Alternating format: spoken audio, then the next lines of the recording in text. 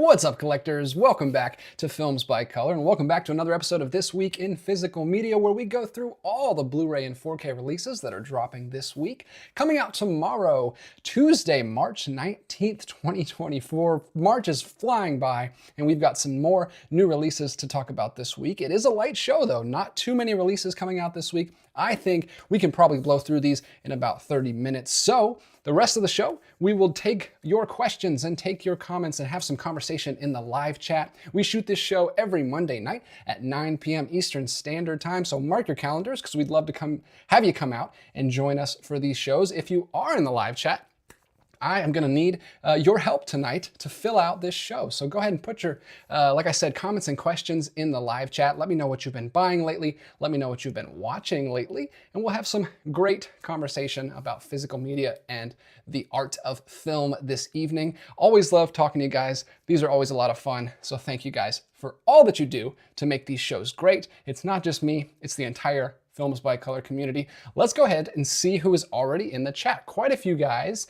and girls already here, although I will say my audience skews way to the male gender, but I do appreciate the female audience that I do have. So go ahead and speak up, leave some comments if you're there. A couple big ones that always join these chats that we do talk about. Here we go, we've got Kyle is in the chat talking about, and I saw a couple of the guys are talking about this. I just got Aliens 4K, True Lies 4K, The Abyss 4K, Aquaman 2 4K, Poor Things Blu-ray, Ferrari Blu-ray, Child Play 4K. Geez, he just broke the whole bank. And he also got the Carrie remake and the Ring trilogy 4K. So he's got a ton of stuff that we're going to be talking about today, and it's already got in the mail. So he must have pre-ordered that stuff. So awesome, Kyle. Thanks for sharing what you've been buying.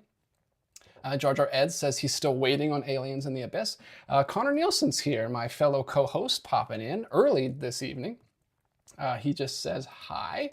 Yeah, a couple other people here. JT also received his Aliens 4K and the Abyss 4K. Jeffrey Patron is here. Michael Smith is here. CG Anime Fan is here. Henry Bidenkamp says, good evening, everyone. And DJ, looks like a quick rundown this week. More chatting time. Exactly, sir. You know the routine. You are used to it. You've been on all of these, so I really appreciate that. So yeah, we're going to run through them real quick, and then we'll talk. We got Big Al, we got Sam Fett, Faith and Misery, a name I don't say too often. Grubby Raccoon is here. Dustin Pollock. Hello from Pittsburgh, Pennsylvania. I was born in Pennsylvania, lived there the first 10 years of my life. I don't think I've ever been to Pittsburgh. Oh no, I have been to Pittsburgh. I used to have an aunt who lives in Pittsburgh. Welcome, Dustin. He is here as well. And then Jar Jar Ed is here, and Jay Hutch Talks Too Much, here right from the beginning, says, hey all. Welcome, everybody. People will still file in, I'm sure, as we get going, but we're gonna jump right into the new releases. All right over here, Blu-ray.com, where I get my information from. The first thing has already been mentioned tonight. This is the Ring Collection coming out on 4K. So how many movies is this? This is all 3 movies, a trilogy from Shout Factory. Shout Factory puts out great stuff. They put out really great box sets. That Shout Select box set for JFK that came out couple months ago. Looked incredible, very, very nice. So I'm a big fan of their box sets. This is actually from Scream Factory, which I don't quite know the connection and the relationship with Scream Factory and Shout Factory. I know one is a part of the other. I think Scream Factory is a part of Shout Factory. I don't know, but I know they're closely related and they put out great stuff, both of them. So this is a 4K box set. It includes 4K and Blu-ray for 3 Ring films, and you get a 4K and Blu-ray, so 6 discs. Very, very nice looking box set. I'm not familiar with these films. I'm not the biggest horror guy, especially modern horror, so you're gonna have to talk to the guys in the chat for information about the films themselves, but I am familiar. I mean, it's a phenomenon. I know about these films. And I know they're based on a Japanese film, I believe, and I'm sure there's a lovely release of that one as well. But this, I think, is the American versions. And yeah, you get all 3 movies right now on Amazon for $63. So a little bit, about $21 a movie. So not bad. Not bad. If you're a big fan of these films, that seems like as definitive a set as you're ever going to get. 4K and beautiful looking box set. So thank you, Shout Factory, for putting out a lovely release of those films. I know a lot of people are going to be excited about that. Like I said, someone in the chat has already got their copy. Then we've got, also from Shout, is this from Shout? Yes, also from Shout Factory, we've got K-19, The Widowmaker, getting a 4K Collector's Edition release. It's called Collector's Edition. It is a 4K and Blu-ray combo pack. This is a 2002 historical thriller film. I'll show you the overview There is the case. This is a Shout Select. This is spy number 157. They're cranking out those Shout Selects already to number 157. And here we go. We've got Harrison Ford. I know a lot of Harrison Ford movies just have Harrison Ford's face as the poster. That's what I've been noticing lately. Even when they boutique release them. Like we just got that one from Arrow recently, just his face. That's all you need to sell a movie, at least in the 90s and early 2000s. But here he is. I'll show you the slip as well. This one does have a slip, nice red spine with, they usually have their little clashing logo that comes across there at the bottom. But this it's nice. It's a nice red, white, and blue. Makes sense. It's a historical thriller drama. So it's a nice color scheme. Not a fan of the big ugly gray banner at the top. I wish they would knock that out, but I guess I got to stay consistent at this point. But there you go, Harrison Ford and Liam Neeson in a thriller. What more could you want? I could want a little bit of a cheaper price. I know maybe I'm being not fair to Shout Select, but those Shout Selects are always like over $32. I know they're like $40 sticker price, so maybe it's a good deal to get it for like $33, but I still haven't got a chance to pick up the Fargo release, which I really want. Because yeah, $33 for one movie is steep these days, pretty steep. So if that's in the budget and you really like Harrison Ford and you really like that movie, maybe check it out. One more here from, I'll go ahead and jump into Kino. We're going to be talking a lot about Kino Lorber tonight. Kino Lorber always cranking out tons of new releases. And today is no different. This week is a big Kino week. They're putting out the Manchurian Candidate on 4K, which I thought we already had. Is this a re-release? Maybe I'm mistaken. But this is a 4K version of the Manchurian Candidate. This is a 20th anniversary edition. It's a 4K and a Blu-ray, like I said, from Kino Lorber.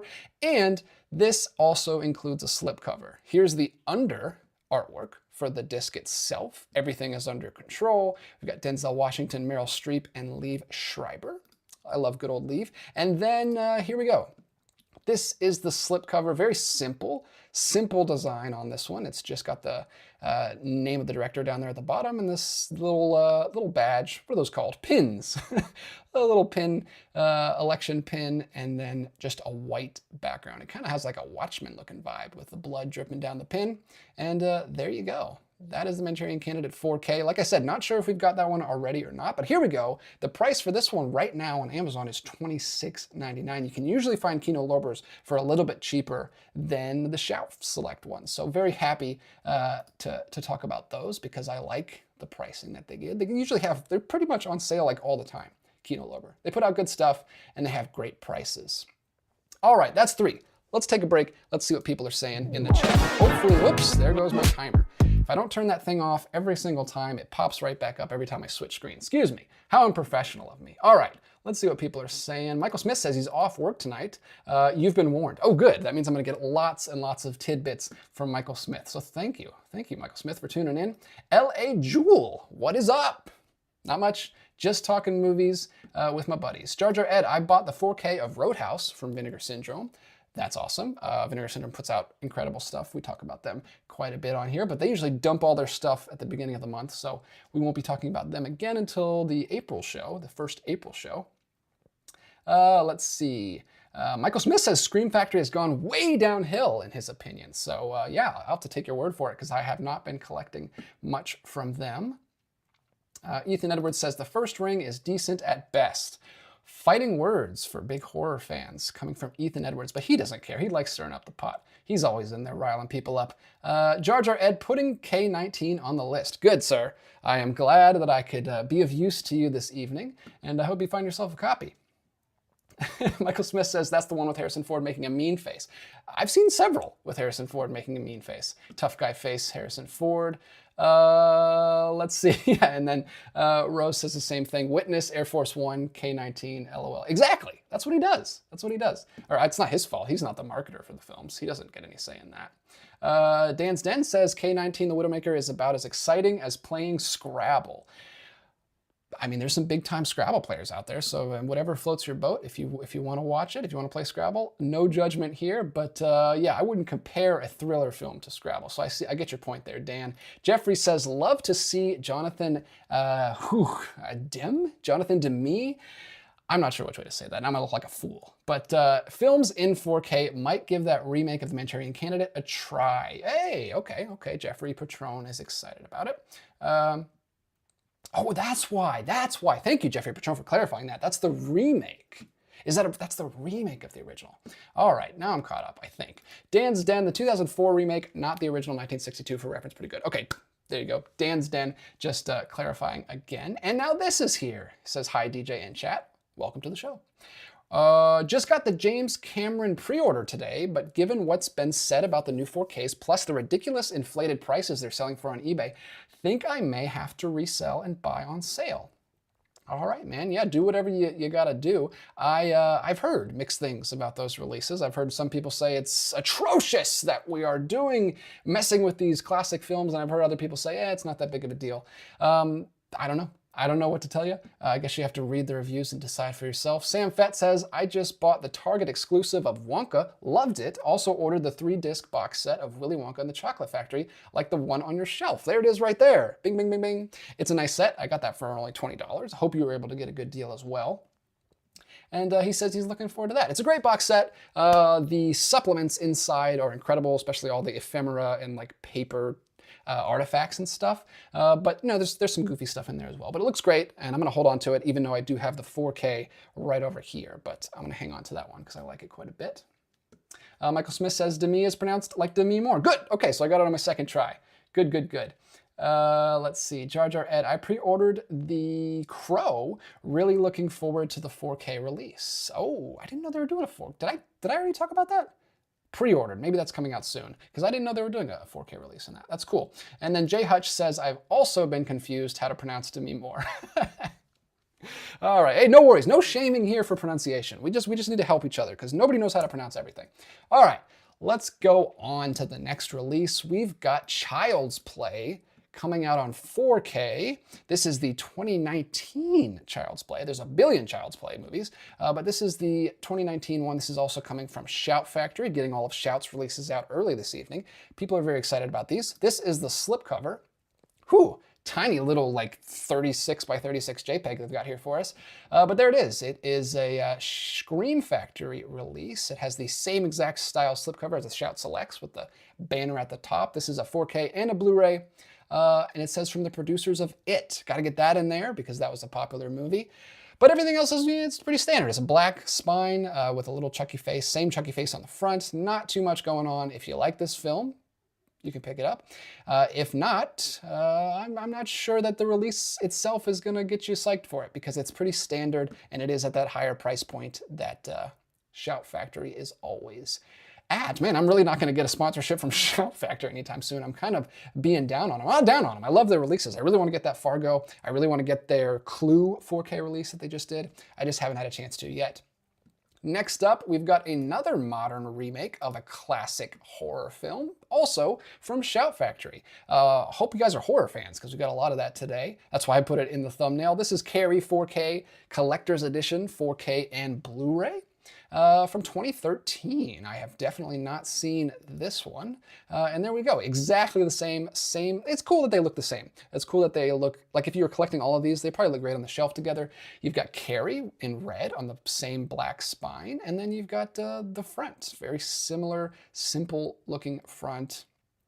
It doesn't need all that many bells and whistles. You just need to get the movie. Hopefully the transfer is really good. Hopefully they did really well on the transfer. And that one is actually not on sale at all. It's right now $39.99 on Amazon. So full price for that one.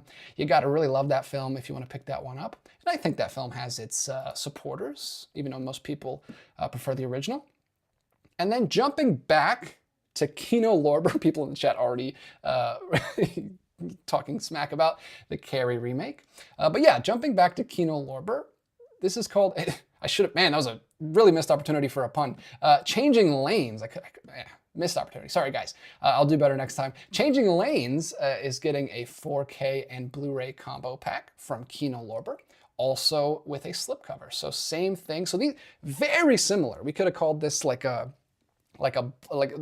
of these are black slipcover. So you've got Kino Lorber and Shout Factory, Scream Factory, always doing these 4K black slipcovers. That's kind of a pet peeve of mine, is like, why does everything 4K have to be all black? And like, that's just what we do. But here we go. We've got another straight black spined slipcover with the Chicago lanes. I do like how these look. Kino Lorber's been doing these since the beginning of their 4K run. They all look the same. They look really good on the shelf. But here we go. We got Ben Affleck and Samuel L. Jackson in Changing Lanes, another thriller movie. So we've got horror movies and remakes of horror movies this week, and then we've got a lot of just action thriller. I don't know how actiony this is. It's just like a thriller drama movie, kind of like the Harrison Ford one, which apparently is compared to playing a Scrabble game. Hopefully this one's a little more exciting.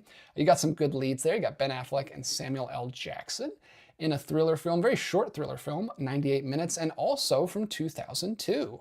So big year. Big year for this week. We've got 2 2002 films. So that's another Kino Lorber release, also at the $26.99 price point. There you go. There you go. If you're a big kind of historical-ish thriller fan, you got a lot to look forward to this week. Jumping over to Arrow Video. We haven't talked about Arrow yet this week, but they've also got some releases coming out. I see 2 here, so we'll tackle those both together here.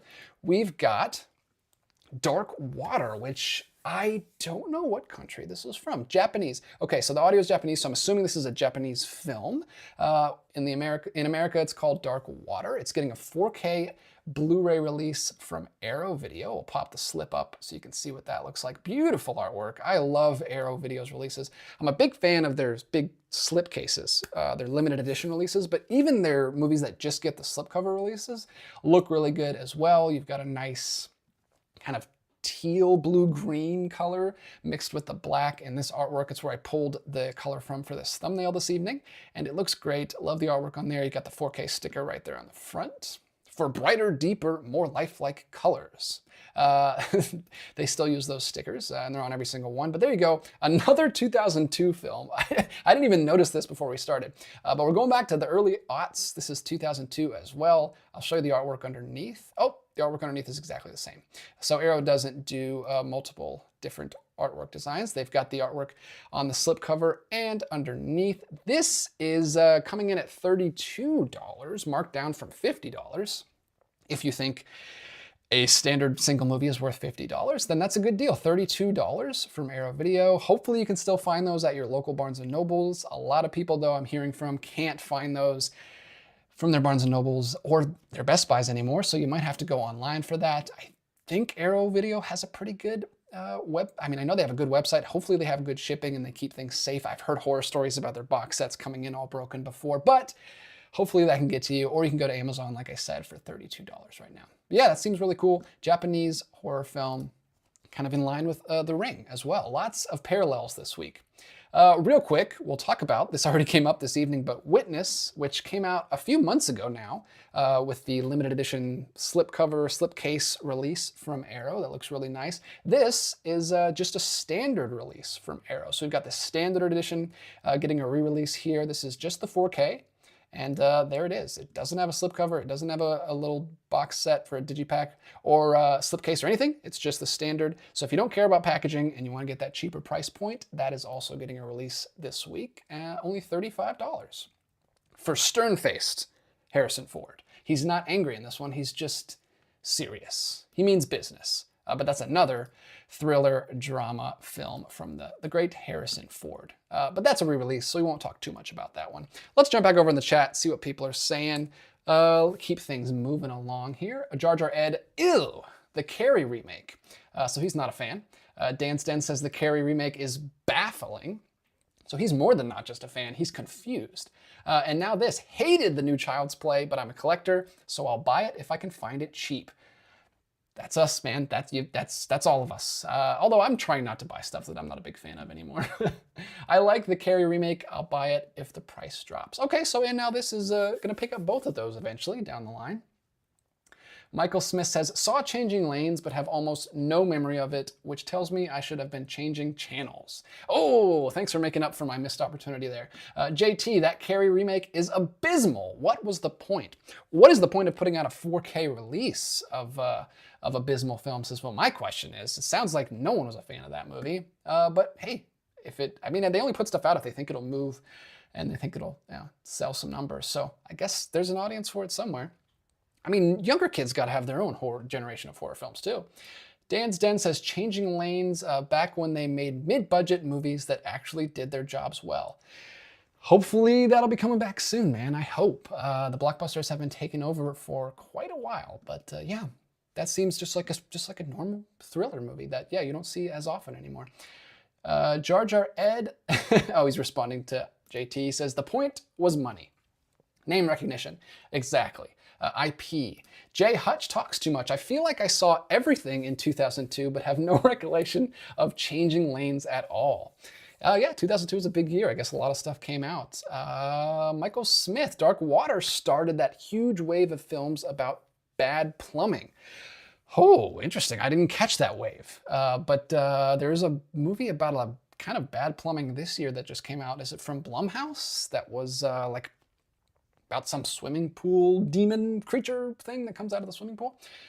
Brian Hadsel, Dark Water is from the same director as Ringu. Oh, wow, what a coincidence. It was even more connected than I thought. And definitely plays out a lot like Ringu in practice. Both are pretty good, interesting horror movies. Interesting. So I wonder, that's just crazy because those are from two different studios. That's crazy that Dark Water and the Ring Collection, which is the remake of Ringu, also came out the same day. I wonder if that was a coincidence or if it's like an anniversary or something. Interesting. The plot thickens. Jar Jar Ed. Oh, so that was from Brian Hadsel, which I don't hear your name very often. So welcome to the stream. If you're not a regular, thanks for popping in and thanks for commenting. Jar Jar Ed. I discovered a FYE movies and music store at my local mall. Awesome. I've never been to one of those. I don't know if they have them or if they have ever had them around here where I live. He says I'm going to shop there a lot more now. Awesome. That's great, man. I hope you find some good deals there. And some good finds. Dan's Den. Witness another Harrison Ford looking stern poster. That's a good word. Stern. Ethan Edwards says, I bought the Carrie remake on Blu-ray at Dollar Tree. Wasn't worth the dollar. Man. You know, I feel that. I mean, there's movies that I would rather not buy than just take up space on my shelf. Because space is valuable, man. I'm almost filled up my shelves. I'm going to have to start selling off stuff very soon. So the space is more valuable than a movie that I'm never going to watch. Ethan Edwards, though, does love Witness, so he doesn't hate everything. I mean, he loves Witness. He loves other things. He's talked about it in the past. Dan says Night Swim is the pool horror movie. That's what it was. I saw that trailer so many times when I was going to check out the Oscar movies in the last couple months.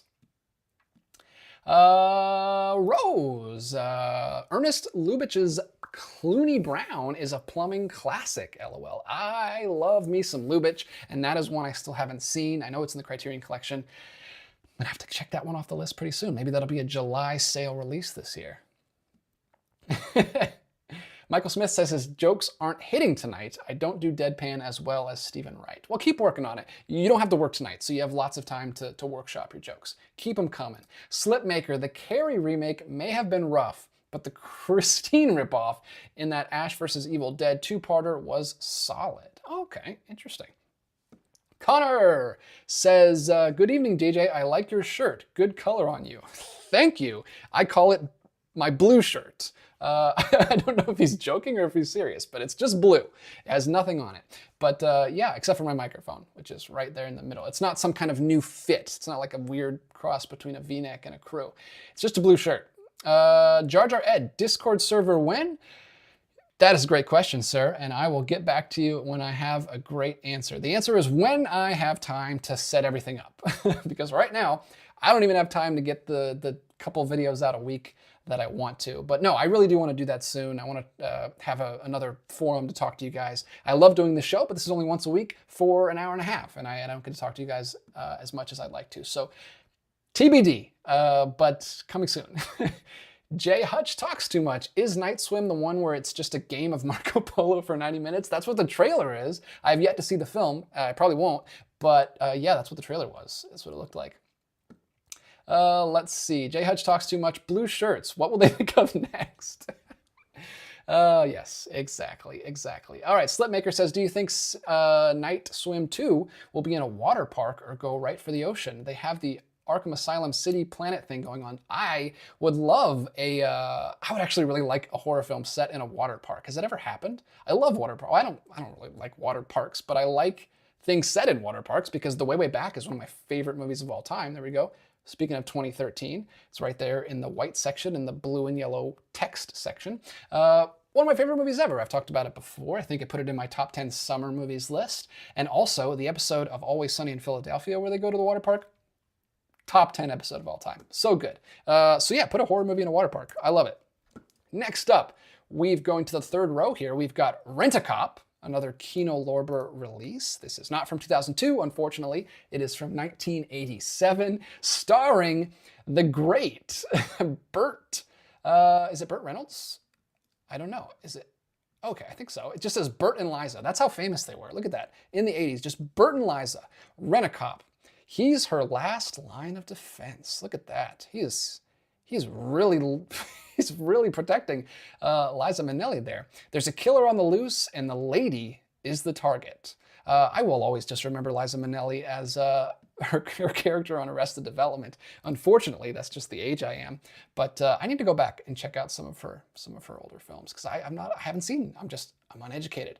I'm an uneducated swine. But there we go. Like I said, the same slipcover that all the Kino Lorber 4Ks get. I don't think this is a 4K though. I think this is just a Blu-ray. Yep, this is just a Blu-ray, but it still has a slipcover, which is nice. This is, like I said, an R-rated action crime thriller, but with a little bit of comedy in there. So again, another thriller, but at least we've got a little comedy, a little romance in this one. And that one, like it is a Blu-ray. Like I said, it is only $19.98 on Amazon right now. So if you're a big Burt and Liza fan, there you go. Pick that one up. That seems like a fun time. Also from Kino Lorber, and I think this might be the last Kino Lorber release. We've talked about it a lot though. And here we go. We've got Target coming out on Blu-ray. This is a Kino Lorber Blu-ray release only. This is another 80s film, 1985, starring, look at this cast. We've got Gene Hackman and Matt Dillon. Look at that. They're both looking serious, both looking stern in this photo. But there you go. I'm guessing this is another thriller. It's called Target. Here we go, a crime action adventure film starring Gene Hackman and Matt Dillon.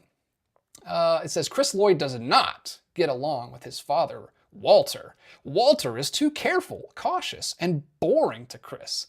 Why is this written like a children's book? And never tries anything new. And Chris had to live by the same standards when he was growing up. But when his mother is kidnapped while in Europe, to Chris's confusion, Walter suddenly turns into a man of action.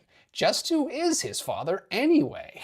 I don't know why that's written like that. Maybe it wasn't. Maybe I was just doing a weird voice. But there's the slipcover. We'll see what it looks like underneath. Does it look any different? Probably. Nope. Same artwork underneath. But yeah, an Arthur Penn film. Seems like a fun time. Nice little action romp. This is only $17.49. I'm not sure how they figure out their pricing sales, but this is the cheapest one yet. Kino Lorber Blu-ray for only $17.50. Can't beat it. Amazon.com. All right. The other Arrow release that we're getting is the same Arrow release, actually. It looks like they just have a different version. Ah, yes, this is the Dark Water 4K, but this one is the Arrow Video exclusive. So like I said before, if you don't have a Barnes & Noble or anywhere that you can buy Arrows besides the website, maybe get this one, because you're buying from the site anyway. Maybe get the Arrow Video exclusive. This is a limited edition slipcover, different from the other one. If you like the new artwork, maybe go with the standard release. But if you like the original, this is just, I don't know if this is the original poster, if this is just a still from the film, but there you go. You've got the original. This looks interesting. It looks like that, I keep referencing horror movies that I'm not going to watch that are in theaters now. It looks like that Imaginary film. It looks like she has this little imaginary friend right behind her. But yeah, there you go. That's Dark Water, the limited edition release. Slightly different slipcover. I like that they're doing those little limited editions. I mean, you got to do what you got to do to get people to the website, and that's cool. That's a nice little thing. It's not too big of a deal. Like if you can't get from the website, it's not the end of the world. You can get the other version, but it's a nice little fun perk for people who can order from the website. So I like it. I dig it. I hope they still continue to do that. For the movies I like to get the limited edition, like best version I can, but I don't have any history with this movie, so I don't know if I'll be picking up Dark Water. But yeah, that's really cool. Another, like I said, 2002 horror film from Japan, from Arrow Video. Two different releases. Probably should have did those at the same time, but at least we've covered both of them now. All right, let's jump over and see what people are saying. Let's see. Connor Nielsen. Yes, he says the same thing. The Gang Goes to a Water Park is a masterpiece of the half-hour sitcom episode form. Yeah, if you don't watch Always Sunny in Philadelphia, then maybe you don't need to. But if you're a fan of Always Sunny, watch The Gang Goes to the Water Park because it's one of the best episodes. And that's one of my favorite shows. Slipmaker, Malcolm in the Middle also has an amazing water park episode for the first season finale. That's a show I missed. I never caught that show. But when I watched WandaVision and they did the whole Malcolm in the Middle episode, that was cool. And I kind of wanted to go back and check that show out. But I love the tangents we get on the show. This is what you get. You get new releases and you get random discussions about water park media. Michael Smith, DJ, have you seen Lady from Shanghai? I have not. I have it right back there though. That was one of the releases that I picked up when I bought out someone's collection. So I do own it, but I have not seen it yet. But Connor has been talking it up quite a bit and I need to finally check that out. Let's see. Luke S.E., first time talking to you tonight. Welcome to the stream. Peter Weir, director of Witness, Picnic at Hanging Rock. One of my favorite movies. I don't know if it's one of my favorite movies, but I freaking love Picnic at Hanging Rock.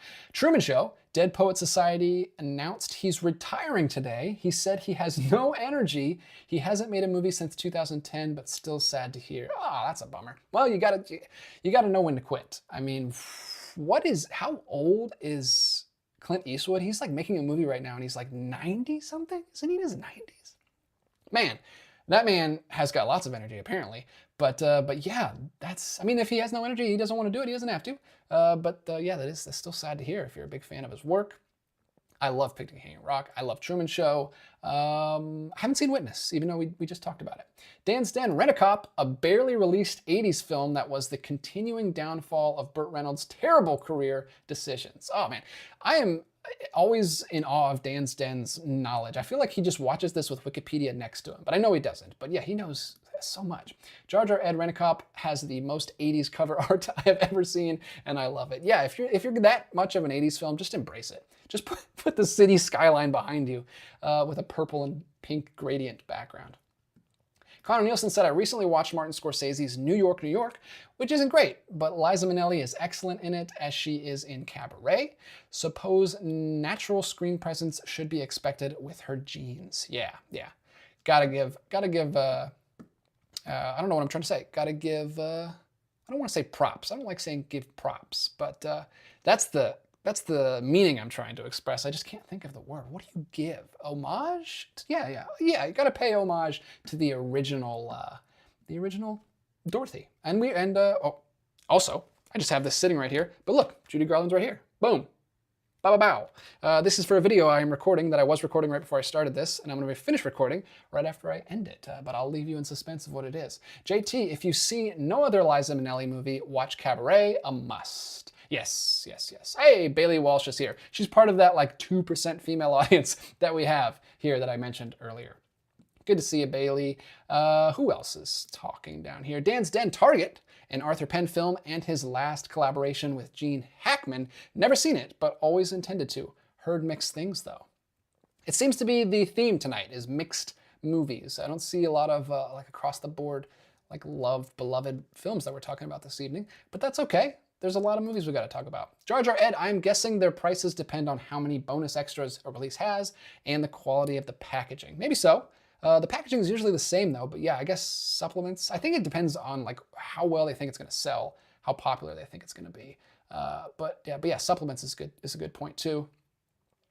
Michael Smith says, DJ, no need to read this. Just a question for the group. Okay, well I won't read that, sir. I'll leave that to the live chat only. But yeah, Connor Nielsen says Liza's original rendition blows Frank's out of the water. So they're still talking about Cabaret, I'm assuming. Jar Jar Ed, I acquired Sandman Season 1 in 4K, and I recommend it to everyone. More streaming shows need 4K releases, and money talks. We need a TV 4K resolution. Not just TV shows, but movies, man. I'm so sick of streaming movies not getting released. I just watched over the weekend, St. Patrick's Day. I've been watching a lot of Irish movies with Grace, and we watched John Carney's new movie. So we watched Once, which is my favorite movie of John Carney. Also Sing Street we rewatched. And we watched Flora and Son, which we loved. It's really, really good. And I hate that I'm never going to get a physical release of it. Apple still hasn't released Coda. They're never going to release Flora and Son. Such a bummer, because I would love to have that one in the collection. But it's great. I recommend checking it out. Available for free if you have Apple TV+. Let's see. Let me catch up. Everyone is popping in. Spencer Nielsen's here. Both the Nielsens in the house. Oh man, that can't be good for the stream. But let's pop back over and see what's happening next. Speaking of the Nielsen brothers, the Nielsen twins, as it were, we've got Lynch, Oz, getting a Blu-ray release. Both of them big David Lynch fans, and this is a documentary about Lynch and his seemingly obsessed history with Oz, or just his inspiration from the Oz lore. But this is it says Criterion at the top, but this is actually a Janus Contemporaries release.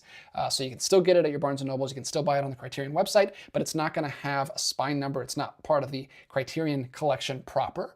But this has been one that got like all the Janus Contemporaries, it got a premiere on the Criterion Channel streaming service, which is a great streaming service. Highly recommend it. And I saw this on there. I haven't checked it out yet, but now it's getting a physical release. And it's got some pretty cool cover art. You got David Lynch's silhouette there with a nice green Oz color. But yeah, there you go. I've heard, speaking of mixed things, I heard this was okay. I didn't hear that it was great. I didn't hear it was terrible. I think this is just kind of a right down the middle. Like I hear about a lot of documentaries. It's just like, well, this was fine. This could have been better. But hopefully I will be pleasantly surprised by that, because I do intend to see that. Wizard of Oz is one of my favorite movies of all time. And I love that whole just genre that has really spawned out of those books and that film. So I'm excited to check that out. I'm hoping that will give me kind of a window into Lynch's career, because I still haven't taken the plunge and jumped into Lynch's filmography yet. But if I can look at it through the lens of Wizard of Oz, that's awesome. That might get me super excited about it. But yeah, there you go. Lynch Oz coming out. That's a 2022 documentary coming out from Janus Contemporaries. And then next up, got some TV stuff, Suits, the complete series. We don't usually talk about TV on here, but speaking of Criterion, we have a full Criterion release. This is The Runner, getting a Blu-ray only release from Criterion, also coming out this week. And it is in this, like, the collection proper. It has a spine number and everything. 1984's The Runner, a film by Amir Nadiri, starring I don't know why I decided to try to say these names. That was my bad. But there you go. Looks like a very interesting. I like the cover right there. I'm going to read this because I'm actually interested in this one. After enrolling in a school, an impoverished boy finds conflict with his classmates and decides to compete to earn their respects. Interesting. I'm always a big fan of movies about childhood and about starring children. So that's cool. The Runner, 1984. It's in, I don't know exactly the country, but the audio and subtitles says Persian. Cool. That's really cool. I didn't know that was coming out. I don't even know if I realized that one was coming out. But a 1984 film. Very, very cool. The Runner. I'll have to keep that one in the back of my mind when the next sale comes out. Again, we've got some TV related stuff here. We've got some Doctor Who releases from BBC. We'll skip over that for now. Cocktail Hour is getting a Sony Pictures Blu-ray release. This is a 1933 film, one of my favorite years for film. A lot of my favorite movies came out in 1933. She was a genius in business, but a novice at love. What a great catchphrase. Or what a great little, what do you call those? I can't think of words tonight, but you know, a little subtitle for the film. Cocktail Hour. Wow, interesting. 1933. Looks like a little love triangle situation. Cynthia Warren, independently wealthy through her ability as an illustrator and poster artist. Color me intrigued. I like that. Rebels against the premise that every woman is destined for matrimony and motherhood, and decides she has as much right as a man to play around sans benefit of marriage. Interesting, interesting. Reminds me a little bit of another film that's around a love triangle that I just bought in the Criterion collection recently. So that's cool. That's really cool. Sounds like it's a little bit ahead of its time, but there is a lot more stuff made about that than you would think in that time, in the 30s and 40s especially. So a nice little quick 73-minute film that sounds pretty interesting. Cocktail Hour. Haven't heard of that one, but thank you, Sony Pictures, for putting out. Sony Pictures is doing great stuff. I know that's why a lot of people are excited about them taking over distribution rights of Disney. They do good physical media releases, and that is another great one. Looks like a Warner Archive release, except it's from Sony. What else do we got? Another limited series here called The Act, which is getting a Blu-ray release. Again, TV miniseries from 2019 from Universal Studios. And we've got just a few more. We're almost to the end of it already. We've got a couple more rows. So let's talk to you guys and fill out this show a little bit. Wow. Okay, I lost my place because there's a lot more people here and the questions are flying. I'm going to try to get to as many as I can. Thank you guys so much for contributing to the stream tonight. We've got Jeffrey Patron just bought some interesting stuff recently, including Arrow's 4K of Cronenberg's Burroughs, Naked Lunch. Hey, I have the Criterion of that film, but if I end up really liking that film, I might pick up the 4K from Arrow because it looks awesome. Love that release.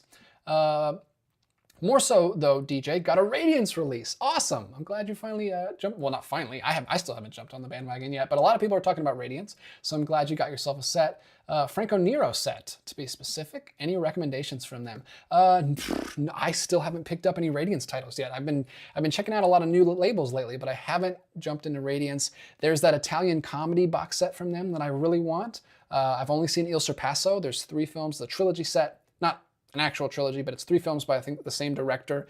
And I've only seen Il Sorpasso, but it's one of the best movies I've ever seen. So I highly recommend that box set just based on that one film, but I don't know the other 2. So maybe don't jump into a box set if you haven't seen the films. But that would be my only recommendation. Also, The Hotspot is a Radiance release, and that's like a really cool neo-noir, kind of trashy, but fun, like crime thriller that I really enjoyed. Great movie to watch in the summer. And yeah, The Hotspot, check it out. I don't know if it's still in print from Radiance. I don't know how long they keep their stuff in print, but I saw that was coming out from them. Luke SE, are Martin Scorsese movies technically Irish with their Irish characters? Irishman, Goodfellas, etc. Yeah, I mean, there's no rules. You can watch whatever you want to. But yeah, maybe I should have taken advantage of that and popped in some Scorsese films, especially The Irishman. I mean, come on. Jar Jar Ed, Chinatown, and Good Will Hunting have 4K remasters, but no 4K Blu-rays releases. The audacity! Jar Jar Ed is heated. Jar Jar Ed is coming in hot. Michael Smith, how do you not release a movie that won Best Film? I assume he's talking about Coda, back when we were talking about Apple TV+. I don't know, man. They want to get people to their streaming service, I guess. It's a bummer.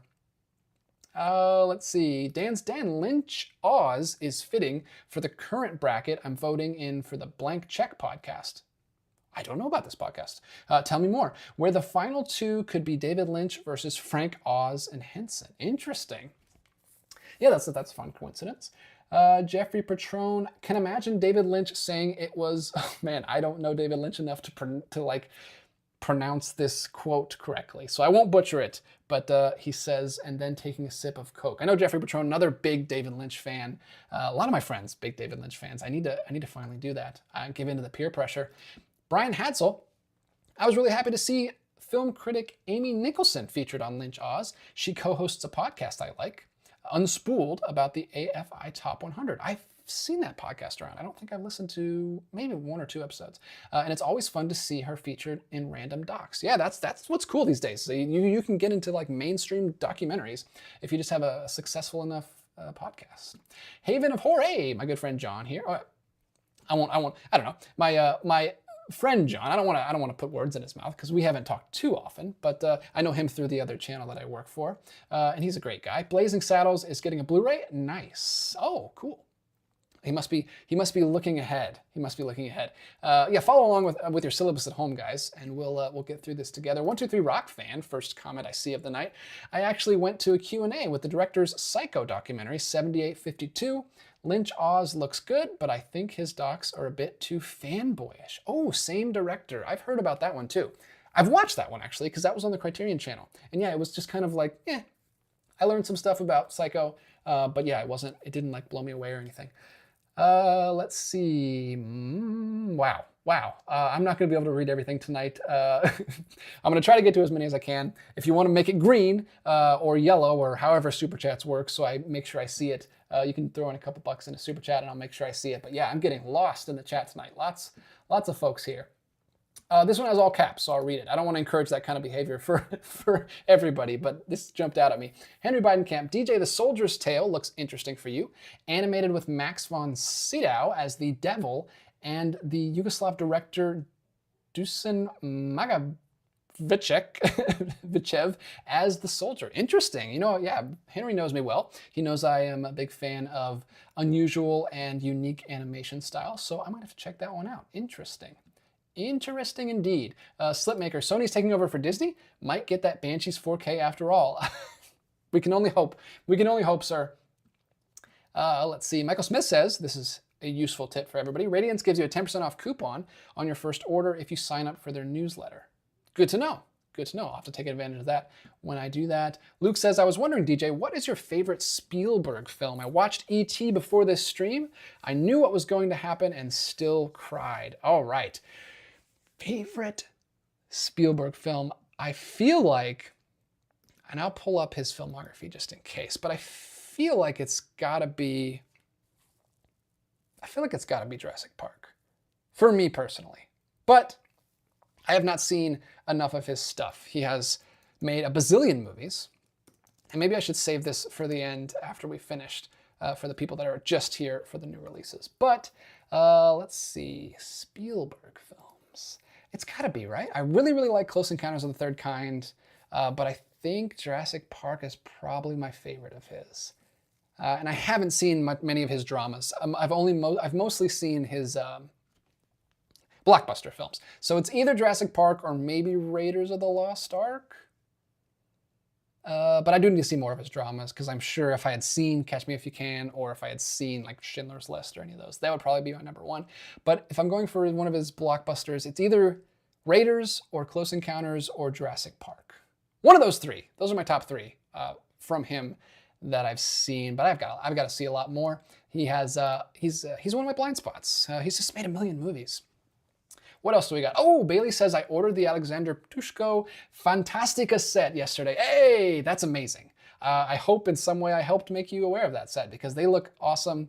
I've seen one of the films already, and it was such a good time. And I can't wait to get that box set. I ordered it too. I ordered the box set in the new film. There's a fourth film coming out from, that's Deaf Crocodile. If you haven't seen that, I'm very excited about that box set. I funded the Kickstarter, my first ever Kickstarter I ever funded. I did a video about it. You can find that on my channel. But yeah, very excited about that box set. I'm glad I have one other person that's into it too. JT, on a side note, I have long coveted your Spider-Man 67 collection box set. It has turned me from the shelf behind you for months. It has taunted me from the shelf behind you for months. I finally found a near mint copy on eBay for a very fair price. Yeah, man, that thing is expensive. I don't know why. I guess it was just a very limited release, but that's just a DVD of the original show. And yeah, it is tough to get your hands on for less than $100. I hope you found, it sounds like you found a good deal on it. So very thankful, I'm very happy for you that you're able to find that. I know you're very thankful. That's awesome. It's a great show. It's a fun show to watch. I watch it with my kids. My kids love that show. I didn't grow up with it, unfortunately. I grew up with the 90s show, but that one is a lot of fun, and I really, really like the art style. I love that classic 60s comic look. Ethan Edwards, I just watched Banshees for the first time on Friday and loved it. I keep thinking about it. Right? It's great. It's my favorite movie of last year. Or, well, 2 years ago now, because we're in 2024. But yeah, love Banshees. One of our favorites. We watch it. I guess we've only seen it twice, but we're gonna have to watch it more. That might be a yearly thing, because that's it was my wife's favorite movie of the year too. Great movie. Love Banshees. Love Martin McDonagh. I need you to make more movies, Martin McDonagh. You and John Carney have only made 4 movies each, and I need you to start picking up the pace, because I love your stuff. Let's see. David Albee is here. He pops in, just says, I'm here. Good to see you. Hey, Dustin Pollock, $1.99 super chat. Thank you so much for the donation. Didn't put a question in, but just wanted to throw $2 my way. Thank you so much. I've also got a little number 1 and a balloon here that says, let's celebrate their first super on a live stream. So not only is this your first super chat to me, this is your first super chat ever. That's so exciting. Thank you so much for entering your information into YouTube. I actually don't know how it works, but apparently you just have to enter it in. And then you can leave donations. So thanks so much, Dustin. Really, really appreciate that. You are the man. And then he put in, okay, so here's what he did. He gave the $2 donation, and then he put the question afterwards. So I'll go ahead and I'll honor that. He says, favorite Kubrick film. All right, favorite Kubrick film. We're just gonna go down the line, I guess. We did Spielberg. For me, favorite Kubrick film is 2001: A Space Odyssey. With Doctor Strangelove like right behind it. I haven't seen them enough. I need to rewatch both of them, but I think, I don't know, Doctor Strangelove is great too.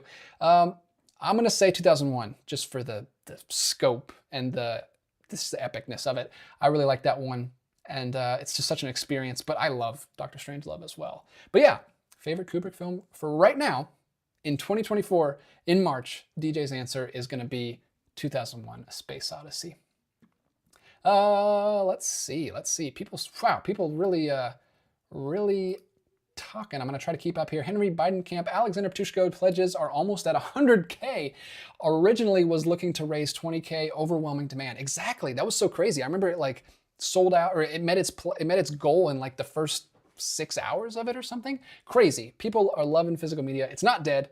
Don't listen. It's a niche market. It's for collectors only, maybe, but still very alive and well, and I'm so happy that Deaf Crocodile is doing so well with that Kickstarter, because I want to support them. I love their stuff. They do great work, and I hope they get to continue doing it. Luke SC, I have a book called Have You Seen by David Thompson. It's a book of 1,001 pages, and every page is a film with the title of the page being the film and year with a summary under. Useful to branch out. That's crazy. That's like a Letterboxd list in print form. That was before Letterboxd. We had things called books that you had to turn the pages of instead of infinitely scrolling. That's cool. That's really cool. I think I have a similar book to that. And where is that? I think it was a gift that my wife got from somebody. I think we have a similar book like that. All right, let me jump back because there's a lot going on over here, but I want to get through the releases first, and then we can leave the second half of the show because we're already at 50 minutes. Wow. I didn't think this was going to go that long, but you guys are being great in the chat. Thank you so much for the contributions tonight. Blazing Saddles, like was already mentioned by my friend John. Blazing Saddles is getting a Blu-ray release from Warner Brothers. 1974 Blazing Saddles, the comedy Western film. And here we go. I'll show you the cover on that. Just a pretty bare bones release. For a Mel Brooks film, you'd think you'd get at least a slipcover. But here we go. We've just got a standard jewel case. There's the cover art. Never give a saga an even break. And then that's all you got. It's probably like a single disc. I don't have any information on the bonus features, but there we go. I don't know if that's had a Blu-ray before, if that's just a re-release. I gotta imagine that's had a Blu-ray before, but maybe not. Maybe this is the first time. But there you go. Only $16.99 on Amazon. And there you go. We got Blazing Saddles. What else do we have to talk about? Another Kino release. This is not from Kino Lorber. This is from a specific, there it is, Kino Classics. So this is from a specific branch of Kino Lorber called Kino Classics. The Soldier's Tale, an animated film by R.O. Bleckman. That's awesome. Very, very cool. I wish I knew more about that. What is this? A soldier returning home from war chances upon a stranger who offers to buy his violin. The stranger is none other than the devil. Oh, wow. If I had a nickel. That is awesome. I love, is that what was mentioned earlier? I think that's what was mentioned earlier by Henry. Thanks so much for bringing that up. This is cool. This is awesome. I like animation. I know Kino Lorber does have a good bit of animation from older animation, and I haven't picked up enough of their stuff, so that's cool. They're putting out new stuff. The Soldier's Tale. Interesting, 1984. I think the second film we've had tonight from 1984. Very cool. Then we've got, from the year 2000, another Sony Pictures release, so two things coming out from Sony Pictures. This is from the year 2000. This is called Shadow Magic. A story of triumph and a beautiful love story to boot. Winner of Best Picture? Wow. Did it win all these awards? Best Picture, Best Picture. I don't think it's Oscars, but another one. Official selection for all of these. Best Screenplay Award. Wow, this is a very beloved film. I've not heard of Shadow Magic, but it is getting a Sony Pictures Classics release on Blu-ray. Very, very cool. That is a historical drama and romance film. Set in Beijing in 1902. Interesting. That's really cool. Like I said, Sony putting out great work, consistent with that.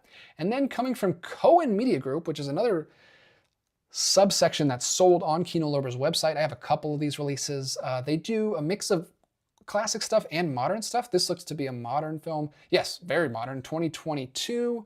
And it looks to be French, a French film called Driving Madeleine. Here we go.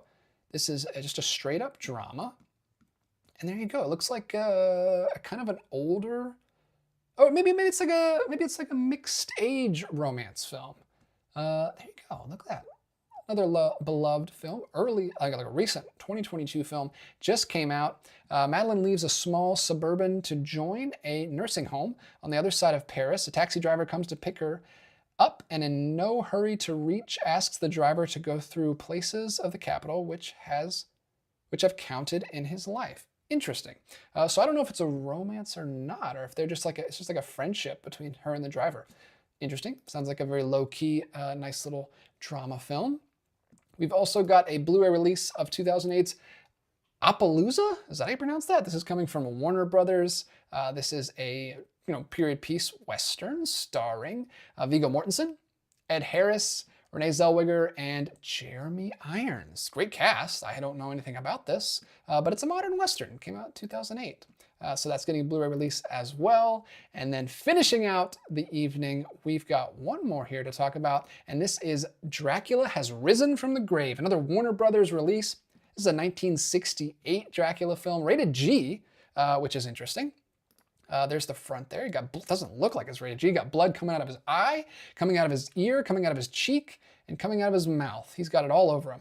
Dracula Has Risen from the Grave, starring Christopher Lee. So one of the Christopher Lee Dracula movies. And this, of course, a Hammer film production. That's really cool and really random that it's coming out in March, and it's the only one of its kind coming out this week. Not sure why that's hitting. I don't know if that was a delay or if that is just when it was slated to come out. But there you go. You've got a classic Christopher Lee Dracula film coming out this week as well from Warner Brothers. Lots of studios putting out stuff. We went through Criterion. We went through Janus Contemporaries, Warner Brothers, Kino Lorber, Shout Factory, Sony Pictures. Everybody's putting out stuff this week. Great, great week for physical media, as every week has been since we started this. This is already show number 20. I can't believe we've done 20 of these already. They're flying by. It's a good way to start my week every week, so thank you guys for tuning in. We will devote the rest of the hour, or the rest of the show, maybe about 20, 30 minutes here, to a little Q&A. So thanks for tuning in. I'm going to grab some water so I can continue to speak. And thanks to you guys in the chat who are being troopers and hanging in there with me. Let's keep going through this. I will jump right in, kind of where I left off here. Dell on Movies popped in, says, "What's up? Thank you for joining us."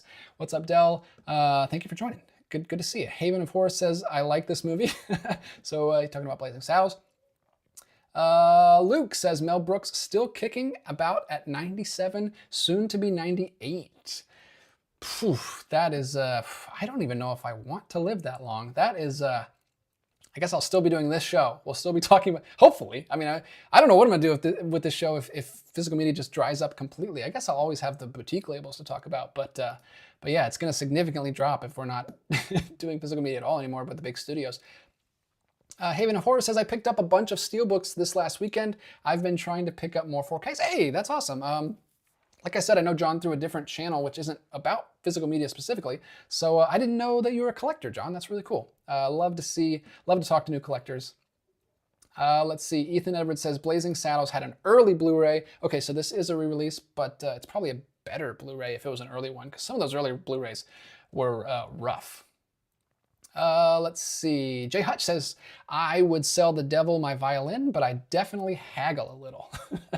I don't know. He's a good salesman, so I don't know how well you would do. Michael Smith, "Laughter really is the best medicine." Carl Rayner, Mel Brooks, George Burns, Sid Caesar, and Norman Lear all lived well into their 90s or more. Interesting little revelation you have there. Dan's Den, "Dracula Has Risen from the Grave," a classic title. It is a really good title. It is pretty good. And then Haven of Horror says, "The Hammer Dracula movies rock." Yeah, I would love, I don't know.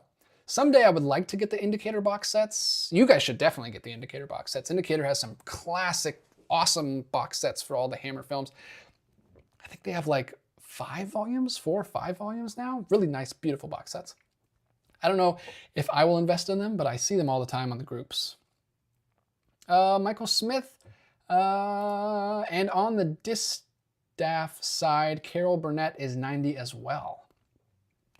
Man, do you just know this? Are you Googling these ages? How do you know all these actors' ages right off the bat? Becky Hadsell is here. Hey, Becky, welcome to the stream. Do your kids like older movies? My son loves the Universal Frankenstein. They do. My daughter's favorite movie is Wizard of Oz, with Willy Wonka and the Chocolate Factory pretty close behind. She's 3. My 5-year-old son loves him some Charlie Chaplin. I think the Circus is probably his favorite. We watched that one. That's the one we've watched the most. He's also seen The Kid. He's also seen The Gold Rush. And I think we watched Modern Times together. Was it Modern Times? Yeah. We watched Modern Times together at least once. He also likes Harold Lloyd. We just got to go see Safety Last in a theater near us. They were playing that silent film with live organ accompaniment, which was very cool. He really enjoyed that. We were actually just talking about that today. What are some other older movies I've shown them? I've shown them a lot. I want to do a video about that, kind of talking about how to get kids into older movies, because it is definitely something you have to focus on and make a priority. But yeah, they're usually pretty good about it. I don't try to push it too hard. I don't try to I'm not trying to rush them into too much stuff. But I think, you know, classic silent films are really, really fun. Obviously, Wizard of Oz is great for kids. So there's a lot of stuff you can show them. But yeah, they do. They like that kind of stuff. Let's see. David Albee also wants a Discord. Michael Smith, really, this is his new shtick. He's just going to drop names. Betty White, 99. WI Watch Guy, hello. Hope you're doing well. Just watched Appaloosa again a week or two back. Still pretty good, but other modern westerns like Tombstone, Unforgiven, and 3:10 to Yuma remakes are better. Okay. So what about, you didn't throw True Grit in there, but I'm assuming you're a fan of the True Grit remake as well. Yeah, there's quite a few of those modern westerns that kind of crop back up after the western kind of died out. And I know one of my dad's favorite movies ever is 3:10 to Yuma, the remake. So I still have yet to see that. Dale on Movies Indicator has some good stuff. Yes, they do. I have a new Indicator release that I haven't talked about yet. One of the limited editions down there that I need to talk about. I think it's still in the box. I haven't opened it yet. I have this weird thing where it's like, do I want to go ahead and open it, or do I want to wait until I do a video about it? So I sometimes get stuck in limbo. I think I am going to open that one and go ahead and watch it first before I talk about it, because that's more useful. 123 Rock Fan, my favorite comedic movie title, The Fearless Vampire Killers, or Pardon Me, But Your Teeth Are in My Neck. Interesting. So both comedic vampire movie titles. Michael Smith, DJ, have you showed him Buster Keaton? Seems like he'd really like all the slapstick stuff. I haven't shown him Buster Keaton, mostly because I haven't gone through Buster Keaton's filmography myself yet. I've only seen Sherlock Jr. and The General. And The General is great, but you got to kind of have a weird conversation about the Civil War because it's so Civil War heavy. So I'll probably wait till he's a little bit older for that one. Sherlock Jr., though, is great, and I feel like he would like that one. And it's also short, which is a good way to get kids into older stuff. Show them like The Kid is only about 45 minutes. I think Sherlock Jr. is also only about 45 minutes. So yeah, I think he would like Buster Keaton too. I just got to watch through those myself and make sure they're appropriate, which ones I should show him first. WI Watch Guy, is there a Banshees of Inisherin 4K release on a boutique label? Also, anyone know of a Talented Mr. Ripley 4K release? There is no 4K release of Banshees of Inisherin. That only got a Blu-ray release. It was a big deal that year that it only got a Blu-ray. It was Best Picture nominee, and people really wanted a 4K. It's kind of the same story as Poor Things from this year, also distributed by Searchlight, which is of Disney. Disney doesn't want to do anything. Disney's pulling out of the physical media game, unfortunately. But yes, neither of those got 4K releases, which is a bummer because both of those are my favorite films of the year. Banshees is my favorite film of 2022. Poor Things, my favorite film of 2023. And of course, neither of them get 4K releases. I'm fine with it. Blu-ray's good enough for me, but it'd be nice to get a better release and better supplements and stuff for those. Like we didn't get much at all. Ben Loves Movies is here. Hey, welcome. You are so lucky to have seen Safety Last in a theater. That is one of my favorite silent films. I know. I'm very thankful that I have this really cool theater like right down the street in the local square that is like a 100-year-old theater, and they play silent films with live organ music played there. And we sat in the front row. Actually, when we got there, I asked I let him pick where he wanted to sit, and he walked all the way down to the front row and sat down. And it's fine because it's not a massive screen, so it was perfectly fine because it's back far enough. The stage is there, and then the organist was right there, and then he goes down into the into the stage, and then we could see the film perfectly. So it was really fun. It was a really good time. I wasn't expecting to pick the front seat, but he was great. Luke, I tried to show my little sisters 11 and 12 films, but their attention span isn't great. Ones they liked the most, maybe Baby's Day Out, the Nativity films, and It's a Wonderful Life. Wow, interesting. I wouldn't expect 11 and 12-year-olds to get into It's a Wonderful Life. I feel like that one you have to be a little bit older. But yeah, it's tough, especially if I was very particular on what I showed them first. Like I focused them heavily on 2D animation because I wanted them to get used to 2D before, because I know a lot of parents just show them all the new 3D animated films and then they don't really like going back to 2D. I hear from people that their kids can't watch 2D.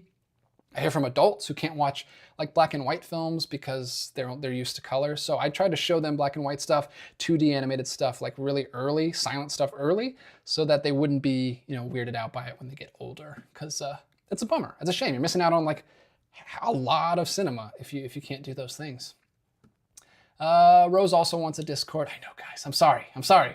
I'll try to get that together soon. It seems like a lot of people are interested, so that's good to hear. Oh, WI Watch Guy. True Grit is amazing. Forgot about that one. I watch it every winter. Oh, good winter movie. Interesting. That might be a video coming soon. We'll see. There's a lot on the docket. Steamboat Bill Jr. is the Keaton film where the house falls on him, but he stands in the hole where the window would be. Thank you for that. I of course know about that stunt. It's been referenced a bunch. There's a great Psych episode where they recreate it. But yeah, that's cool. I have all of the Buster Keaton films back there, all the big ones from Kino Lorber. I just need to make my way through it. That's on my list to get through this year. Hopefully I can make some headway on those. Cisco, hey, welcome. What is your favorite 4K? Ugh. What do you even mean? What do you mean, sir? 4K, like, do you mean based on transfer? Based on like the packaging? I'm assuming you mean transfer, and I'm not like an eagle-eyed viewer. I don't actually notice too much. I'm trying to think. Dune was a great 4K. We just rewatched Dune before we saw the sequel.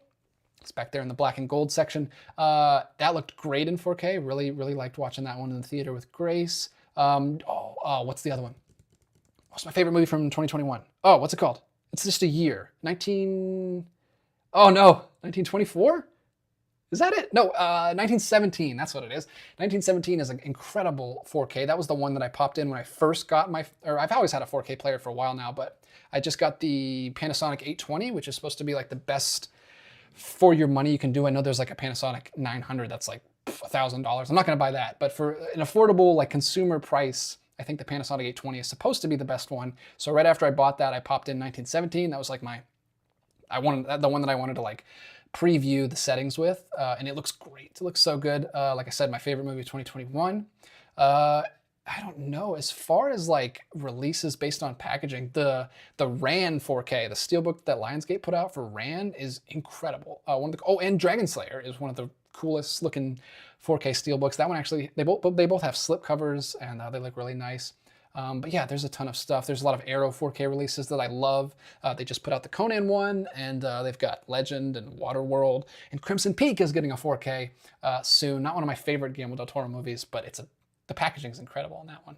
But yeah, lots of good 4Ks. I'm not the person to talk to about 4Ks. Most of these are Blu-rays back here. I finally got on the 4K bandwagon just recently, so I don't have that many. As far as like percentage of my collection, I'd say it's probably like 10%, maybe a little higher, but yeah, I don't have too many 4Ks. Let's see. Ethan Edwards. Our Hospitality is my favorite Keaton, but a kid may not get it. Yeah, that's what I'm thinking. I'm gonna hold off. I think Buster Keaton might be the most.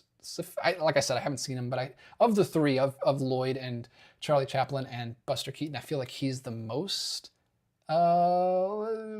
He's the hardest for the kid to get into, but I don't know. I haven't seen him, so I guess I'll have to see. I think Chaplin really resonates with my son specifically. He calls him the silly guy ever since we watched the circus. So yeah, he loves Chaplin, and Chaplin's got kind of a look that's like instantly funny to kids. So I think that one's the easiest one to get into. Harold Lloyd has a look too, but it's just more like just a regular guy with glasses. Michael Smith, DJ, if you haven't already, you should check out the Our Gang shorts, silent and talkies. There are a few with racial angles you might want to weed out, though. The Our Gang shorts. Yeah, I've never heard of those. I'll have to check those out. Thank you. Thank you, Michael. Our Gang shorts, silence and talkies. Interesting. Yeah, I got to watch them first before I show them to the kids. Let's see. 123 Rock Fan also says our hospitality has Keaton's best and most dangerous stunt. Interesting. Luke says, one of my favorite films as a kid was the 80s animated BFG film. I didn't even know there was a BFG film. I should have said that. That was a missed opportunity. I should have said the BFG film when they asked me what my favorite Spielberg movie was. Let's see, David Albee. I watched All of Us Strangers last night, and I'm gutted it's not getting physical release. Thanks. Hashtag thanks Disney. Yeah, I've heard great things about that one. Yeah, it's such a bummer when stuff you love doesn't get a physical release. Haven of Horse says, I've been watching Psych for the first time. I like it quite a bit. Yeah, it's a fun show, especially if you're a big movie fan, because they make a lot of episodes that reference older movies, specifically 80s stuff, which usually goes right over my head. But there's some stuff I get in there. Luke said, I showed my sisters 2D animated films for a year or two. Then they were like, we're not babies anymore, and wanted to watch movies with real people. Oh, that's a bummer. Yeah, I still haven't really got my kids into any live action stuff yet, except for like silent stuff and, like I said, older stuff. Because I don't want that to happen. I don't want them to give up 2D animated stuff. I still love 2D animated stuff. You got Studio Ghibli back there with Totoro and classic Disney stuff. Yeah, you can't give up 2D. Bailey Walsh says, I need to give All of Us Strangers a rewatch. My mood did not match the films. I strangely had too much energy to fully get into it. Yeah, that looked like a really reserved film from what I could see from the trailer, so I could totally get that. Watch Guy says, I may need to go to Disney World and protest the lack of Banshees 4K releases in front of the Magic Kingdom. I don't know how much, I don't think that would do any good at all. That's a whole different studio, or that's a whole different like section of Disney, and they would probably not even know what you're talking about. Bailey Welsh says, I still liked it and really liked the differences from the book, but yeah, the connection was not exactly there. Well, I hope you like it a second time. I hope you get a chance to watch it. Let's see. Luke, have you showed your child The Gold Rush? Yes, I mentioned that one earlier. That was one that I definitely wish I had watched first, because that one is a little more serious, because I think I showed him that one too young. He was fine. He was like, he didn't really know what was going on at that point. He was still pretty young. But yeah, I wish I had waited on that one, because that one does have like a criminal who like chases Charlie Chaplin around with a gun, and there's no like violence or anything. But I just, you want to have those conversations with your kid, and he wasn't ready to do that. So I've been a little bit more careful and kind of watching stuff first after that, because I was like an idiot, and I was like, oh, hey, it's Charlie Chaplin, he can watch it. And we had watched Circus and the Kid, and then we went right into Gold Rush, and I was like, oh, I should have waited a little bit on this one. He's a little too young for this, but it's okay. I think he'll live. Dell on movies, Our Gang is just the Little Rascals. Oh, okay. Interesting. I didn't know it was, okay. Gotcha. Michael Smith said the same thing. Our Gang was the original name of the Little Rascals, so you might know them as that. Yes, I do know them as that. I didn't know they had a name swap. Let's see. Cisco, Mad Max Fury Road is what turned me on to 4K. Amazing. Yeah, I've heard that's another really stunning 4K release. Your friend Mr. Jones is here. I don't see your name in the live stream very often, but I see your comments, and I am very thankful for your comments. Criterion's Moon Age Daydream is currently my favorite 4K. Wow, that's awesome. A documentary getting your favorite 4K spot. I've seen that release. It's a beautiful looking release put out by Criterion. Seen it a couple times at the last couple sales, but I haven't heard such high praise for it. That's awesome. 123 Rock Fan, this is random, but I've been binge watching so many bad franchise movies recently, so I can't wait to get back into my I watched Criterion Blu-rays, planning on rewatching The Phantom Carriage. Yes, The Phantom Carriage is such a good movie. One of my favorites, so I hope you enjoyed that rewatch. I like to watch that around New Year's, but I missed it this year. It's a New Year's movie, and it's one of my favorites. Such a good movie. Let's see. David Albee. Oh, your friend Mr. Jones says, great show as usual. Thank you. Thank you. Really appreciate that. We're winding it down. We're at 1:15. The chat is kind of slowing down here a little bit. So maybe I'll take this extra 15 minutes and go and make a Discord and make the people happy. I do need to finish this video that I'm shooting though, so maybe I'll do that as well. Watch Guy, a great film for kids and adults, if you ask me, is The Iron Giant. Iron Giant, another wonderful 2D animated film directed by Brad Bird, I believe. Really, really early Brad Bird film. Great, great movie. I have seen that. I don't own it. That's one that just has kind of a standard bare bones Blu-ray release, so I haven't been like in a rush to get it because there's no like special edition or anything. So I will get that one eventually. I don't think we've watched that yet with the kids. I think, yeah, they're a little too young for that one still. But yeah, that's a great movie. Love that one. Didn't grow up with it though. I did see it first as an adult. Dan's Den finally wrote my review of Dune Part 2. What a picture. Dude, that thing, everyone's loving that movie. I love that movie because I love like fantasy, sci-fi epic stuff, but I wasn't expecting that to be as popular as it is. It's really, really doing well for Mr. Villeneuve. Michael Smith. Finally watching Days of Heaven tonight. Will be my third Malick film. That will be my third Malick film as well, I believe. Actually, I think I've only seen one Malick film. But I do want to watch Days of Heaven. That's up there on the ones I want to check out as well. But I think Tree of Life is going to be my second Malick film. So I probably will watch Days of Heaven third as well. Luke S.E., are you planning on watching Drive Away Dolls by one of the Coens? The guy next to me walked out halfway through. There wasn't many laughs. I've heard very mixed things about that one. That is the like other Coen, right? I know like I would get their names confused, but I know both their names. They're Joel and Ethan, but I think Joel has made, he was always the director in their partnership, and he's made several films by himself. He made that Macbeth movie that came out a couple years ago. I think, don't quote me on this, but I think this one's directed by Ethan Coen, and it's getting very mixed reviews. I feel some people are loving it, and some people are just saying it's just okay. But I do want to see it. It looked fun. That was one of the ones me and Grace wanted to check out if we can get a chance, but I will watch it eventually. I don't know if I'll catch it in theaters, though. Ben loves movies. I don't know if you have shown your kids the original Muppet movie, but that is a great movie to sort of get into live action movies while still showing your kids that cartoon antics are still fun.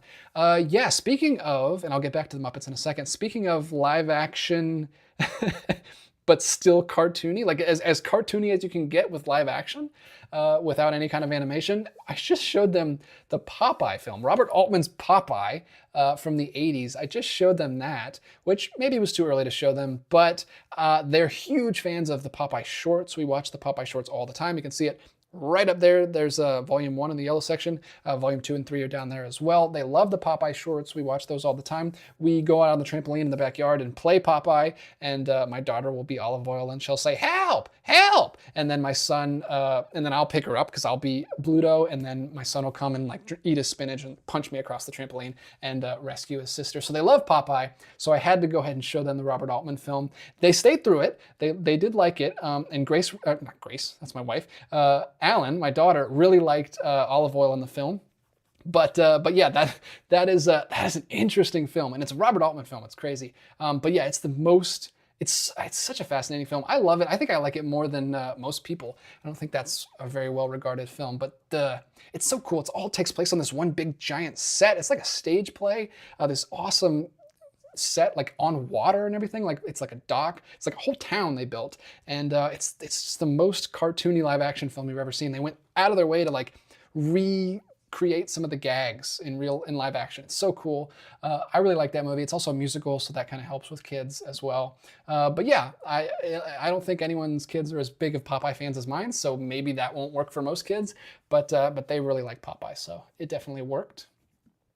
Let's see. Oh, Henry Heidenkamp says, speaking of Sjostrom, which is the director of The Phantom Carriage, and I want to see more of his stuff because I've loved 2 of his films and I've only seen 2 of his films. He says The Wind will be playing on TCM.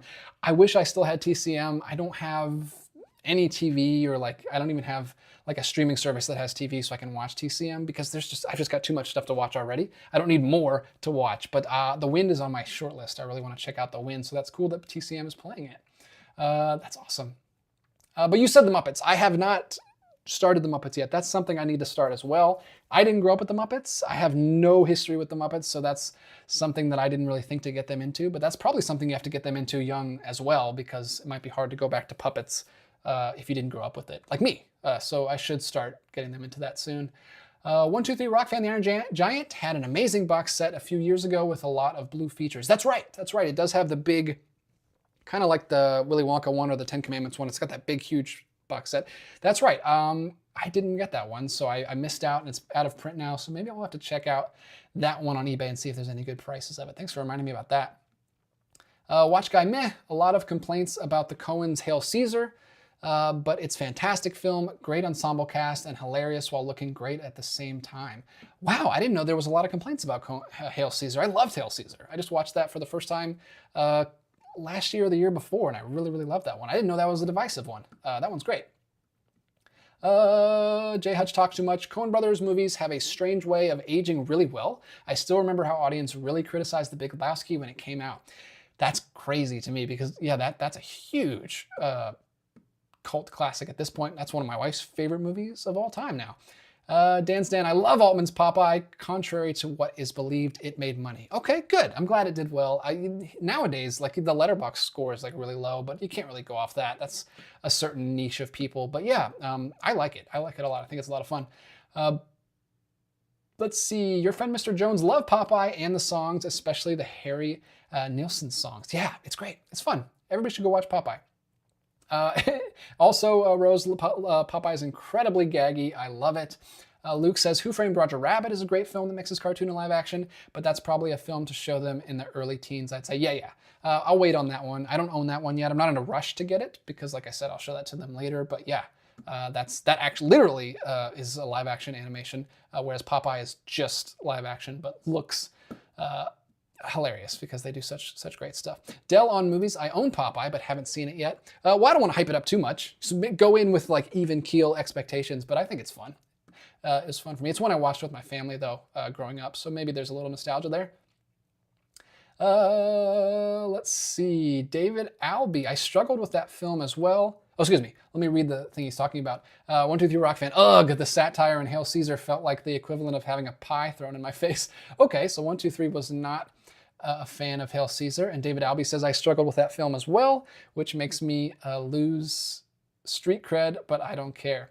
Yeah, I don't know. I really like that one. But yeah, it's not for everyone, I guess.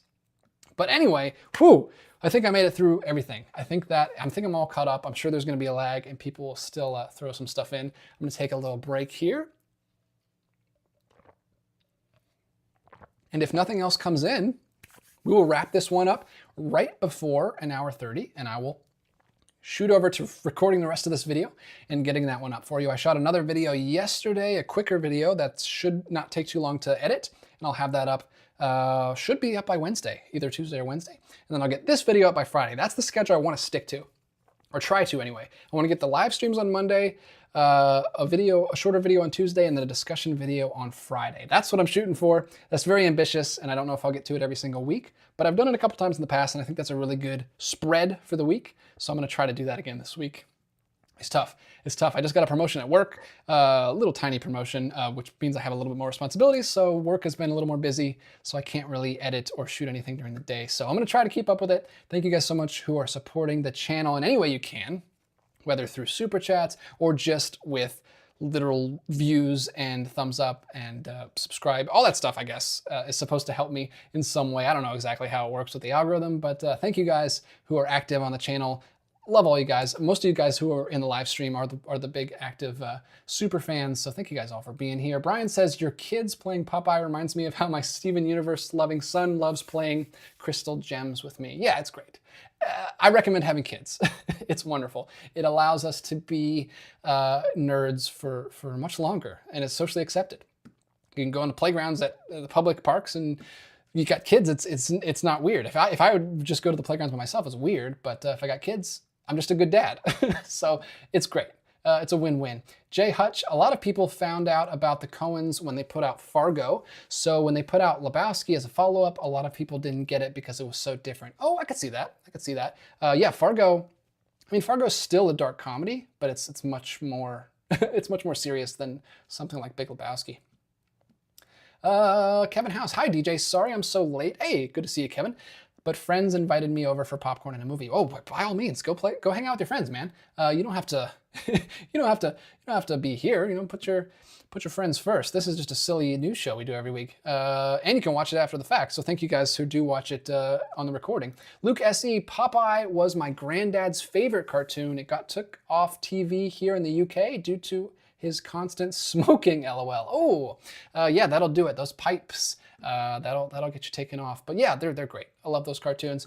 Can be a bit repetitive if you watch them all in a row, because it is, you know, they do have a formula. But that's one thing I would like to do, actually. There's another video idea. I would like to put together like a top 10 or a top 20 list of like different, because there are some that are different. I really like the man, oh, what's the one? What's it called? The circus one. The Man on the Flying Trapeze. That's a really good one. That's different. That's not him fighting Bluto at all. Bluto's not even in that one, I don't think. It's just a different kind of competition that he's doing. So there are some different ones that did get bored of the formula and kind of branch out and try different things. There's 3 color shorts. And I'm only talking about the Fleischer shorts, because they did a huge long run with Fleischer. Then when Fleischer Studios became Famous Studios, they reinvigorated the series, and they did several of those as well. I have those shorts back there too. I don't like the Famous Studios ones as much as the Fleischer ones. The Famous Studios are the color ones. The Fleischer ones are the black and white ones. And yeah, they're very different. I think the Fleischer Studios were just so fantastically and uniquely animated, and they had such interesting, really cool cartoon physics. And then later on with the Famous Studios, just that era of animation was much more like domestic, and it was just kind of like in homes, and like there's different, like Olive Oil's like running for office, and they're like competing for her like romantically, and it's a very different feel. I much prefer the Fleischer ones, but the Famous ones are cool too. My kids got me those ones for Christmas this year on Blu-ray. I wish we had a Blu-ray of the Fleischer Studios ones, but we've only got the DVDs, so that's what I have to do for now. Let's see, what else? Final questions here. Final comments. Put anything in. This is it. We're right down to the home stretch. Any last words you want to say? DJ, this is from Michael Smith. You and Connor haven't done a long-form video lately. What's up with that? Yeah, what is up with that? It's just time, man. It's hard. Those are hard to prepare for. We usually do those. If you don't know, we have a podcast series, on and off podcast series that we do where we talk about Criterion movies at length. It's called Criterion Corner. We usually just watch one movie, and we just talk about it for about 30 to 45 minutes. Sometimes they go to an hour. Really like doing those, but it's a lot of prep. I've got to watch the movie. I usually like to watch it twice. So if there's a commentary, I want to watch it with the commentary. And then I usually like to watch through the supplements and get like, you know, a good idea of the history and the background on it. And then we got to schedule a meeting with Connor. So it's a lot we have to get in order. We both have to schedule time to watch it. We both have to schedule time to prepare for it. And then we both have to schedule a time where we can talk about it for, you know, an hour. Sometimes those calls usually go for a couple hours, and then I have to edit it down. That's the big thing, is editing it down. Editing long videos is such a hassle. It takes a long time because you got to watch the whole video and keep pausing it and cutting stuff out. And I like to get those down to about 30 minutes so they're not too long. So yeah, it's a lot. I don't know. Maybe I'll eventually make those like a member perk, and I can just let them go, and they can just be as long as they are, and I don't have to edit them. If I didn't have to edit them, it'd be a lot easier to get those up. So I'm still trying to figure out how I'm going to work those into the schedule. There's just a lot of stuff I want to do on the channel, and I just haven't been able to find time. And Connor's a busy guy too. Connor's got a lot going on as well. So yeah, we'll try to bring that back soon. I really liked the last one we did at the end of last year, so hopefully we can bring that back soon. Thanks for bringing that up. That means a lot that you like those. Let's see. David Albee, I need to finish that. Started it ages ago before I got into film. Just never been a huge Disney sports film fan, even though they are good. I am not sure what he's talking about. I think he's talking about Miracle, which Kevin House brought up right before that. I haven't seen Miracle either. I'm not a big sports movie guy either, so that's pretty far down on my list of things to check out. Luke, there's a good YouTube compilation, a few hours long, showing a mix of Popeyes, Looney Tunes, Superman, and stuff like that. Yes, that's the Fleischer Superman cartoons are amazing. I love those. I show those to my kids too. I was so excited about the new release that we just got, but it sucks that they butchered that release and completely painted over all the details and just, I don't want to talk about that release. It's going to make me sad, but I will get it eventually, unfortunately, because that's like the best one we have. But yeah, I was so excited for that Blu-ray, and it's such a bummer that Warner messed it up. Ethan Edwards, is there anything worse than losing your remote? I have 4, and the one I need I can't find. Yeah, I have 4 too. Yeah, I might have to replace those soon. Grace spilled wine on them last night, but I think they're okay. We cleaned them off, and they seem to be working just fine. But yeah, there's a ton, especially in the theater. We've got, because all of the seats, I need to do a theater tour. I still haven't done that. I actually just got a cord today for my microphone so I can use it on my phone. I can carry it around with me so I can finally do that theater video. I didn't have a good way to do it because I didn't want to bring like this big giant microphone around with me. I didn't want it to have terrible audio for my phone. So I finally can hook my lav up to my phone now and I can do that theater tour. But you'll see the seats, the theater seats have like these two, each one, we have 6 seats and each one has 2 armrests that open up. So I can never remember where the remotes are. I always have to check every single one and find the remote I'm looking for. The one I'm looking for is always gone, is always not the one that I'm finding. But I've never like lost one. They're usually in there somewhere. I just have to look for them. Let's see. Luke asks, as a kid, I also enjoyed Banana Man and Danger Mouse. Do you know them? I do not know them. I still need to be introduced to Banana Man and Danger Mouse. Let's see. Ben loves movies. Although they have only done 1 fictional feature each, I think Joel Coen is a stronger director, as I love the visual style of Tragedy of Macbeth, and his writing was great. Part 1 of comment. Ooh, I am eagerly awaiting the second part. But yeah, I love Tragedy of Macbeth. I thought it was great. I don't know if Drive Away Dolls will stand up to it for me personally, but yeah, I thought it was great. I really liked that one. But he has more experience in the directing chair, so maybe that helped in there. Ben loves movies. However, Ethan Coen's Drive Away Dolls was a mess, especially with the writing, although the direction was also pretty bad. I don't know for sure, but I would say Joel is the better filmmaker of them. Okay, so not great words from Ben about that movie. Hopefully I'll like it a little bit better than he did, but yeah, I'm not hearing great things about it. Last one I see here is from Luke. There's always a tweet that circulates showing a clip from the Superman cartoons of him flying towards some like lasers and being shot at. Crazy it was done by hand. Yeah, those Superman shorts are incredible. All the rotoscoping they did in there, awesome. I love that stuff. Looks really, really good. I need to get that Blu-ray. Even though it was botched, I still need to get it because I have like a bootleg like secondhand Blu-ray of it, and it's even worse. Like the audio is like out of sync and it like completely some episodes are completely messed up. So I do need to get the Warner one, even though I'm not happy with how it was done, but I do want to have those in the collection because I love those. Those are such great classic Fleischer Studios shorts.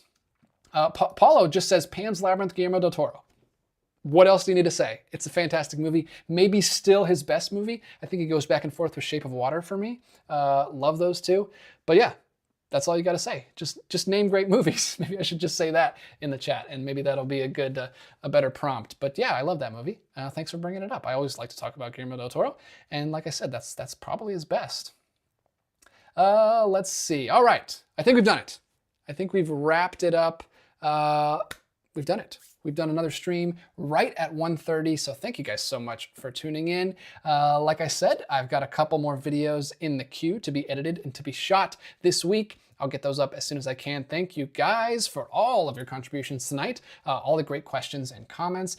Always have a good time doing these, and I will continue to do them as long as I can, as long as there's interest, because it's a fun time. Thank you guys also watching after the fact on the recording and leaving your comments there. Really appreciate you guys as well. I know some of you guys can't watch this late. Some of you guys are in other countries, and it's better to watch the recording. So really appreciate that as well. That's all. That's all, folks. That's all I got for you tonight. I'll go ahead and turn off this question here because it's covering me up. There we go.